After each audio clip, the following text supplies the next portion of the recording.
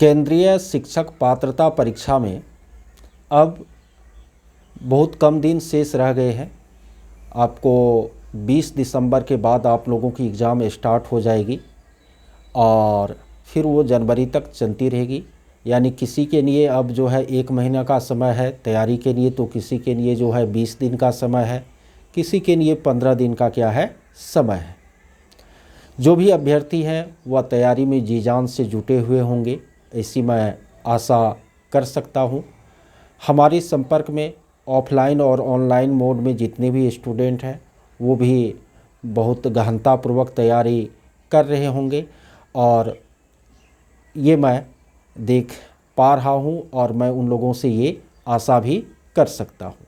ठीक है, अब देखिए सीटेट के लिए रणनीति आप लोग कौन सा अपनाए। अब लास्ट टाइम में मैं उस बात पर जो है फोकस करूँगा।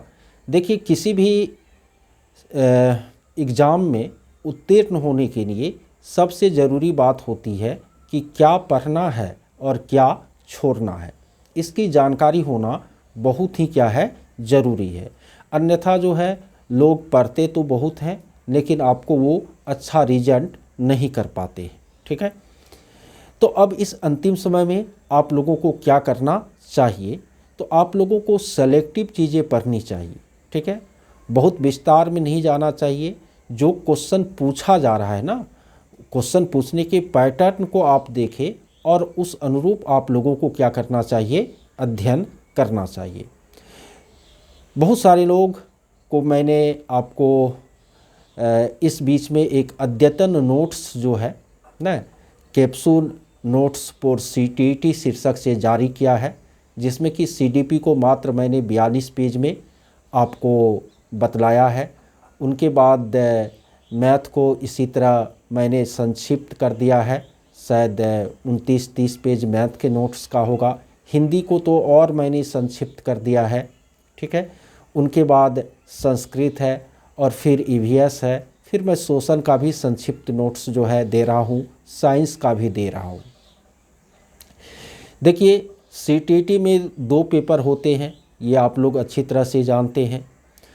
उनमें दोनों ही पेपर में 1 to 5 और 6 to 8 में 90 अंकों का जो सिलेबस है वो सेम टू सेम है।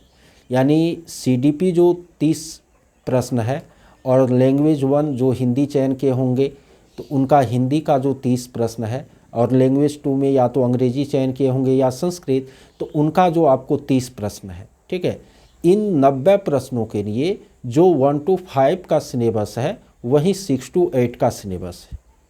तो जो इन तीनों सब्जेक्ट की तैयारी कर रहे हैं तो 1 to 5 के लिए भी वो 90 अंकों की तैयारी कर रहे हैं और 6 to 8 के लिए भी 90 अंकों की तैयारी कर रहे हैं। अब 1 to 5 में स्पेशल 2 सब्जेक्ट होता है, एक आपको मैथ होता है और एक आपको क्या होता है, ईवीएस होता है। ठीक है, तो ईवीएस का सिलेबस एकदम आसान है। उसमें आपको जो है 3, 4, 5 का जो ईवीएस का बुक है उसके जो कंटेंट हैं उनको फोकस करना है। कुछ अतिरिक्त बातें भी आपको पिछले ऑनलाइन एग्ज़ाम में पूछी गई है तो उनके लिए भी मैंने 7-8 पेज का एक अलग नोट्स बना के दे दिया है। तो उतना करने के बाद आपका ईवीएस में कहीं कोई टेंशन नहीं है। मैथमेटिक्स में जो है आपको उसमें भी 15 का पेडागोजी रहता है, शेष 15 बनाने वाले सवाल रहते हैं जिसमें कि 5-7 सवाल आसान होते हैं। तो 20-22 की तैयारी जिनका एवरेज भी मैथ है वो आपको आसानी से कर सकते हैं। बच गया 7-8 मैथ बनाने वाला तो वह वही बना सकता है जो कि मैथ के प्रैक्टिस में है।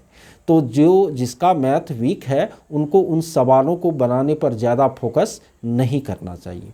यह भी ध्यान रखिए किसी भी विषय के व्याकरण का आपको गंभीरतापूर्वक अध्ययन नहीं करना है, न तो हिंदी का और न ही संस्कृत का, क्योंकि व्याकरण आधारित वो 3-4 प्रश्न ही पूछे जाते हैं। उनके लिए आपको समुद्र उपसने की ज़रूरत नहीं है। आप गद्यांशों को सॉल्व कीजिए, यह समझिए कि गद्यांश क्या कह रहा है, कैसे उसका उत्तर देना है। साथ ही साथ जो पेडागोजिकल इश्यूज है, शिक्षा शास्त्रीय मुद्दे हैं, उन पर ज़्यादा फोकस कीजिए तो आपके पेपर 1 की तैयारी कंप्लीट हो जाएगी।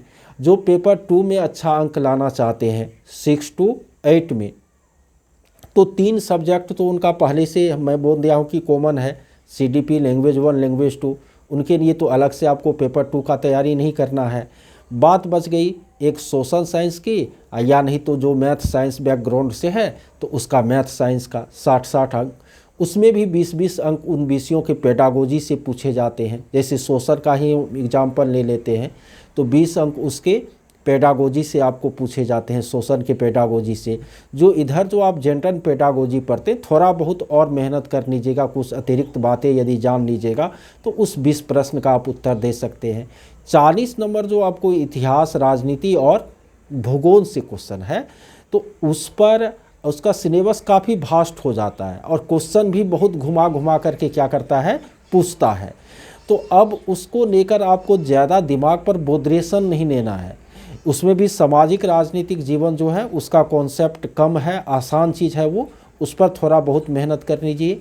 इतिहास भूगोल में जिनका बहुत स्ट्रॉन्ग है तो चलिए ठीक है स्ट्रॉन्ग, लेकिन जिनका नहीं है तो वो ज़्यादा उसको उस पर दिमाग नहीं लगाना है। थोड़ा बहुत आप सतही यदि जान लेते हैं तो फिर आप उनमें भी बहुत सारे प्रश्नों का उत्तर दे सकते हैं, वैसे भी नेगेटिव मार्किंग नहीं है। मेरे कहने का मतलब है कि जो चीज़ आपको आ रहा है ना उस पर ज़्यादा फोकस कीजिए। अब कोई नया चीज़ या कोई सिलेबस का ऐसा हिस्सा जिस पर आपकी पकड़ बहुत कम है उस पर बहुत ज़्यादा समय देने की ज़रूरत नहीं है। जिस पर पकड़ अच्छा है उसको ही और अधिक बेहतर करने की क्या है, ज़रूरत है।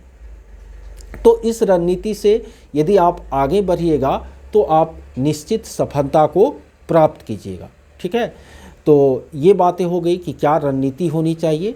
मैं इस वीडियो में आप लोगों को ये भी बताने जा रहा हूँ कि मैं अपने इस चैनल पर, ठीक है, आज के बाद लगातार एग्ज़ाम तक CTET के लिए जो भी महत्वपूर्ण टॉपिक मेरे नज़र में है भी है, जहाँ से आपको क्वेश्चन रहता ही रहता है, उनसे संबंधित जो है वीडियो लेक्चर अपलोड करूँगा और आप उनको देख करके लाभ उठा सकते हैं, अपने दोस्तों के बीच शेयर कर सकते हैं। ठीक है, और यदि कोई ऐसे स्टूडेंट है जो उस मेरे कैप्सूल वाले नोट्स को लेना चाहते हैं तो वो भी थोड़ा बहुत गुरु दक्षिणा दे करके हमारे व्हाट्सएप नंबर 9771048617 9771048617 इस पर वो क्या करे, आपको मैसेज करे। तो यदि वो मैसेज करेंगे तो मैं उसको नोट्स उपलब्ध करा दूंगा। जो थोड़ा बहुत आपको गुरु दक्षिणा देने का मन होगा वो दे दीजिएगा। और साथ ही साथ इस चैनल पर जो वीडियो लेक्चर आपको लगातार अपलोड होगी तो उनको जो है आप लोग देखने का काम कीजिएगा। वैसे इस चैनल पर एक कैप्सूल कोर्स जो कि मैं ऑनलाइन लाइव क्लास में पढ़ाता हूँ तो उसका रिकॉर्डिंग भी मैं जो है अपलोड कर रहा हूँ। ठीक है, जिससे कि आप उस नोट्स को क्या कर सकते हैं, समझ सकते हैं। तो कुल मिलाकर सारांश में इस वीडियो में कहने का मतलब ये था कि आप इस चैनल से जुड़िए और उनके बाद जो है आप जो है अध्ययन सटीक तरीके से कीजिए। क्या पढ़ना है क्या नहीं पढ़ना है इस बात को देखिए, क्वेश्चन क्या पूछता है उसको जो है आप फोकस कीजिए।